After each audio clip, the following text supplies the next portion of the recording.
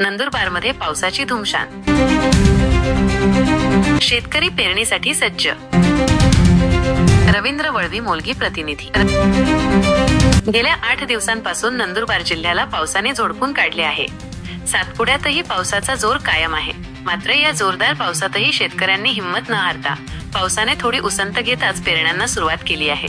धडगाव आणि अक्कलकोवा तालुक्यातील सातपुड्याच्या अनेक भागांत सध्या असंच चित्र दिसत आहे। पावसाची उघडीप मिळताच शेतकरी आपल्या शेतात पेरणी करताना दिसून येत आहेत। यात उडीद, मका, ज्वारी, बाजरी आणि इतर पिकांचीही मोठ्या प्रमाणावर पेरणी होत आहे।